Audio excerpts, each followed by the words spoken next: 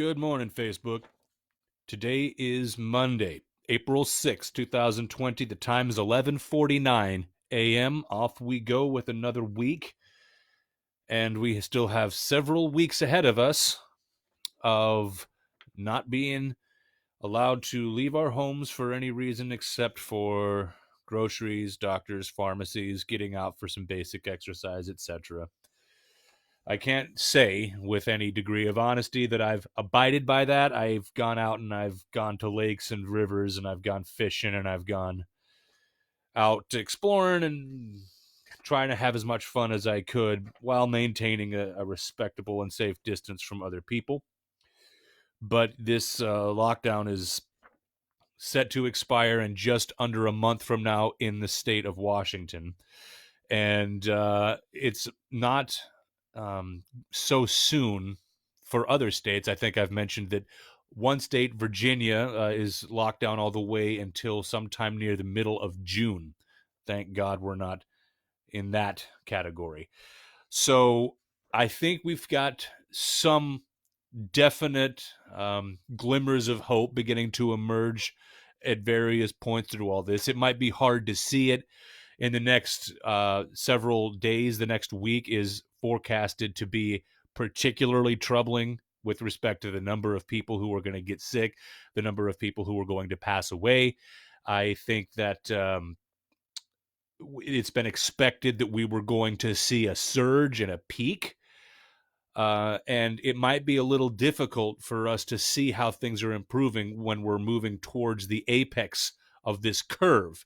But the point is that once we've gone past that and begun to see the numbers decline down the other side of it, then that's cause for some optimism. And there is cause for some optimism. I think I heard somebody in the coronavirus task force yesterday say that for the first time since this whole thing began, the number of deaths in the the New York metropolitan area has begun to decrease. So we're actually seeing that those numbers are starting to come down, and that is a trend which is expected to be seen all across the board. With that in mind, let's just look at where we're standing today in terms of figures. This again is from worldometers.info/coronavirus. In the United States, we now have a total of 356,414 positive or confirmed cases. We've hit a bit of an ugly milestone. The number of people who've passed away from coronavirus in the United States has now surpassed 10,000. We're looking at a total fatality death toll of 10,490 in the United States alone. That's really disturbing. Italy still has the highest mortality rate. Spain's pretty high as well. I don't have those figures in front of me for right now. For today, I'm focusing on domestic figures. The state of New York remains by far the worst affected state, with a total of 130,689 cases. Now, that looks like it accounts for roughly a little under a third of the total cases in the United States. Washington State remains down in 10th place. We've hit nearly 8,000 confirmed cases, 7,984. Here in the state of Washington, we've lost 338 lives. Still sitting at 10th place. Nebraska. Where is Nebraska right now? Well, Nebraska's actually moved up considerably. Let's see. 1, 2, 3, 4, 5, 6, 7. Yep, the eighth from the bottom. Nebraska is now reporting a total of 409 cases and 8 fatalities. Well, I want to talk about something random. Today I want to talk about crimes against humanity. Crimes against humanity. What is a crime against humanity? Well, according to encyclopediabritannica.com, a crime against humanity is an offense in international law adopted in the Charter of the International Military Tribunal, also known as the Nuremberg Charter, which tried surviving Nazi leaders in 1945 and was in 1998 incorporated into the Rome Statute of the International Criminal Court. Crimes against humanity consist of various acts: murder, extermination, enslavement, torture, forcible transfers of population, imprisonment, apartheid, rape, persecution, and forced disappearance, among a couple others. When, according to the International Criminal Court, those crimes are committed as part of a widespread or systematic attack directed against any civilian population. That is the definition of crimes against humanity. So why am I bringing this up today? Well, because there is a lawmaker who wants to refer the president to The Hague for crimes against humanity because of some aggression, some military action. No, it's because he's been talking about the hydroxychloroquine and azithromycin combination of drugs, which has shown to be effective, which has been shown to be effective in treating people with coronavirus. There is some debate about this because the evidence that we have is kind of anecdotal. It hasn't gone through the proper clinical testing. We do know a lot about this drug because it's been out there as not the azithromycin, but the hydroxychloroquine has been out there being used to treat malaria, being used to treat lupus, arthritis. It's been out there on the market for decades. It's been through all kinds of testing. And the general consensus about it is, even though we're not sure that it could be viewed as a cure or even as a treatment that would across the board benefit everyone who's ill, it has shown some remarkable efficacy. And I think I'm going to refer back to a story. This is again from the New York Post on April 2nd. Hydroxychloroquine rated most effective coronavirus treatment according to a poll of over 6,200 doctors. So there's a broad base of consensus that these drugs at least have the potential to be very effective treatments against people, or against the coronavirus in people who are sick. And yet, there is a lawmaker who, on the basis that the president is trying to draw attention as a way to inspire hope to these two drugs that have not yet gone through the proper clinical testing, there's a lawmaker who's openly calling for the president to be brought up on charges of war crimes. War crimes.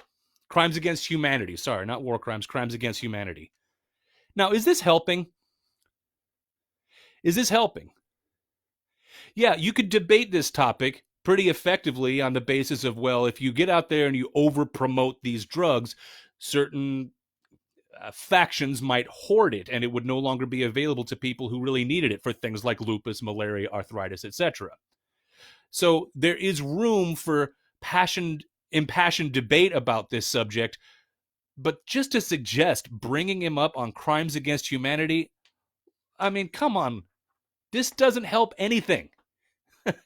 It doesn't help anything at all. And for somebody who's actually been elected to Congress to represent any population within the United States, to be wasting time and drawing energy and attention towards something as absurd as this, you're not helping. I don't care what your political persuasion is. You're not helping.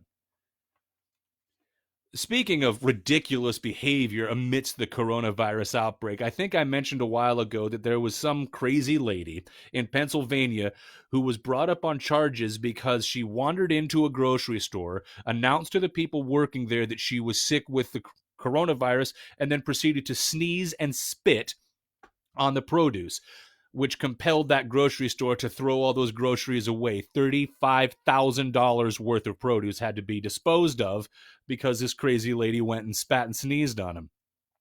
Apparently, this has happened again. And this time it's in Kingston, Massachusetts. I don't know my geography all that well in the east, on the East Coast regions, but yeah, it's not too far away from Pennsylvania, Massachusetts, right? So this is from 2 days ago. Kingston, Massachusetts. A Duxbury, Massachusetts man could face criminal charges for allegedly spitting and coughing onto produce at a stop and shop in Kingston. Police are still investigating what happened after bystanders tackled that customer for causing the disturbance. So, a guy goes into a store and tries this, and the customers tackle him. That's a little more satisfying an inclusion to the story than the one from Pennsylvania, because apparently she got out of the store after trying to steal some beer or something and was identified later and eventually arrested and brought up on charges. But this time, this guy was actually tackled on site. Now, apparently the people tackling him weren't too concerned about social distancing, but Jesus, I can't blame him. I'm going to continue with the story. Um, Quote, it's terrifying and no one should ever do that, even if it's a joke, said Kyle Mann, who was shopping at the Stop and Shop on Saturday. There, in Kingston, was where Mann saw a customer starting to get violent. He recorded video as bystanders tackled and pinned that man down until police arrived. Witnesses told police that man had coughed and spit on some produce. Quote, especially with the CDC now recommending everyone wear face masks, someone doing this makes people more uncomfortable for people to leave their house to get necessary items. And it's honestly disgraceful. I absolutely agree.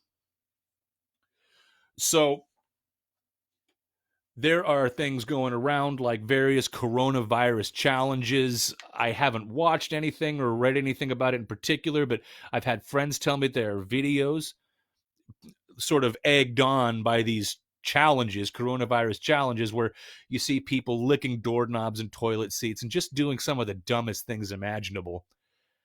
You know, when I was in my early 20s and I was in this band back home, we used to sit around, get stoned, and watch like CKY2K or Jackass or Bam Margera and things like that. And I saw some people do some pretty disgusting stuff. I saw one dude get into a porta potty and hold on to the sides of it with handles or something like that. And then somebody else brought a tractor or something up and picked up this porta potty with the dude inside of it and turned it upside down so he gets covered in all this excrement. And ugh, just thinking about it makes me want to puke. And yeah, I will admit that I laughed at things like that. But man, when I look these days and see a bunch of kids running around with the whole coronavirus thing going on and pulling stuff like this, or pulling stuff like what these two customers in Pennsylvania and in Massachusetts did at a grocery store, this news story the guy was saying is unacceptable even if it's a joke. So let's assume for a second that this was a joke. What's funny about this? Really? Honestly, what is funny about doing something like going into a grocery store in the midst of a pandemic, the likes of which our country's never experienced, and ruining $35,000 worth of produce? I imagine the grocery store in Connecticut, was it? In Massachusetts, they're probably going to have to clear out their produce section as well. What's funny about it? What's the allure of doing something like this, huh? I don't get it. Not even close. So we're at no shortage of ridiculous behavior, even when something like this is going on. So I've got a couple live commentary. My old friend from Nebraska, Mary Coleman, whom I know is Phoenix. How you doing? I imagine you heard about Adam S. from Ivy. I'm unaware of what you're talking about there. If you want to elaborate in your comment, I'd be happy to share that here on my stream. But I've also got my friend Mark, The Daily Show with Steve and John. Hey.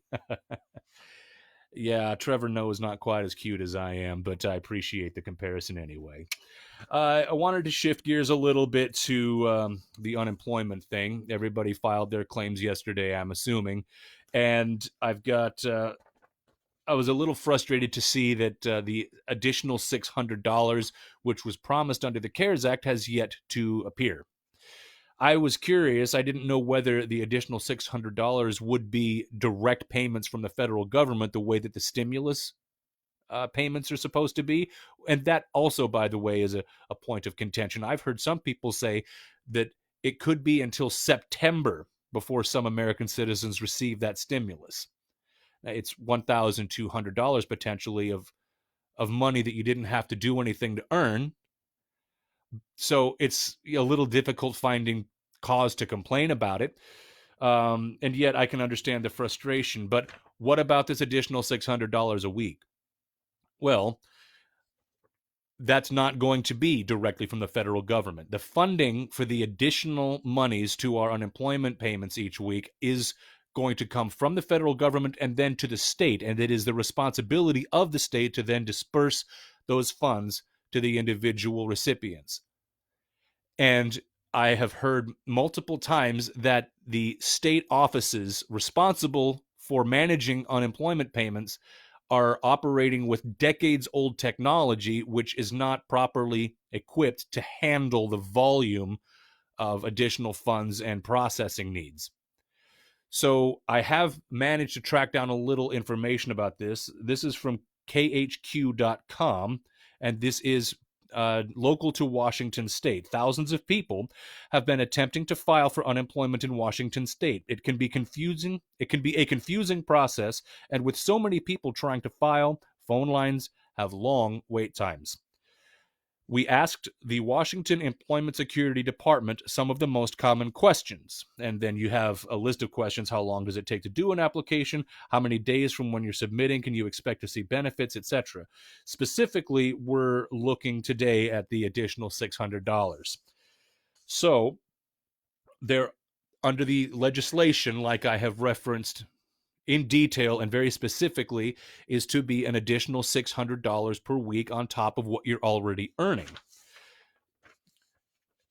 The question here is, I heard an additional $600 will be added to my unemployment payment each week.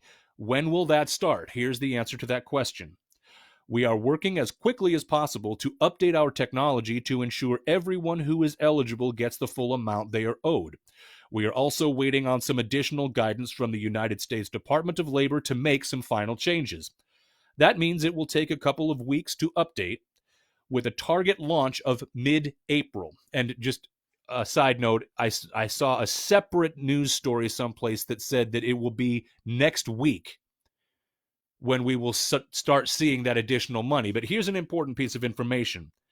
We will backdate your claim so you are paid from the time you were separated from your job or otherwise became eligible under the CARES Act. So the 3 payments from the unemployment office that I have received did not include the additional $600. But if I'm understanding this correctly, and it seems to be written fairly clear, I can expect to see that money paid back. So I suppose $1,800 is coming my way on top of what I've already received, unless I'm quite misunderstanding what's being written here. All right. So, hello, Chris Velasquez. Loving this live stream. I appreciate that. Now, here's more information from my friend Mary in Omaha. He was also in Fountains of Wayne while he was in Ivy. He passed away a few days ago, complications from COVID. He was only 52. I want to say that in the 90s, while I was still in high school, in Omaha, I went and saw Smashing Pumpkins play at the Omaha Civic Auditorium. I'm pretty sure Fountains of Wayne played that show. I'm going to have to check into that, because if that's the case, then I have actually, in concert, I've seen this guy, Adam S., and he has now succumbed to the coronavirus and lost his life. Condolences. That's something reverberating throughout the entire rock music community, and I think we all should take a moment to remember that guy and to remember his work. I'm certainly going to. I'm going to follow up and see if Fountains of Wayne was on that show with Smashing Pumpkins in Omaha back in the 90s. So thank you for that information, Phoenix. I appreciate you very much. Well, What else to talk about?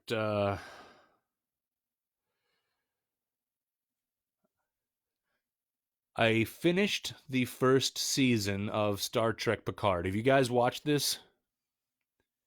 When Star Trek tried to reboot with the new series of movies, I was excited but also a little disappointed. The new Star Trek movies kind of did this time travel thing. I've always been a little bit skeptical in a science fiction series or story when they have to revert or resort to time traveling as a way to move their plot forward. And a good reason for that is what they did with these movies. They sort of went back in time and changed the events of the Star Trek timeline with those movies. Recasting Kirk and Spock and everyone. And I tried to get into it, but I couldn't. So I've viewed with a certain skepticism all the new Star Trek stuff that's come out. I haven't watched any Star Trek Discovery, but I gave Star Trek Picard a chance, and my God, I'm glad I did that. All right, I won't spoil anything, Mary. Don't worry. My friend Mary says no spoilers, but what I can tell you about the show without spoiling any plot points is the series, like all kinds of series that are intended for consumption through binge watching, instead of the old Next Generation, Deep Space Nine, and related shows where it seemed like every episode had a reset button at the end of it, everything went right back to where it was at the beginning of the episode, and the whole series just kind of sustained itself that way. It's not the same anymore. Since we're binge watching things, all 10 episodes form a huge story.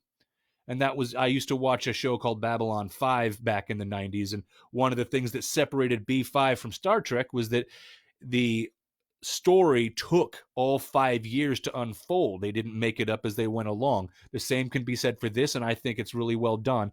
Not only that, the show is like an R-rated movie.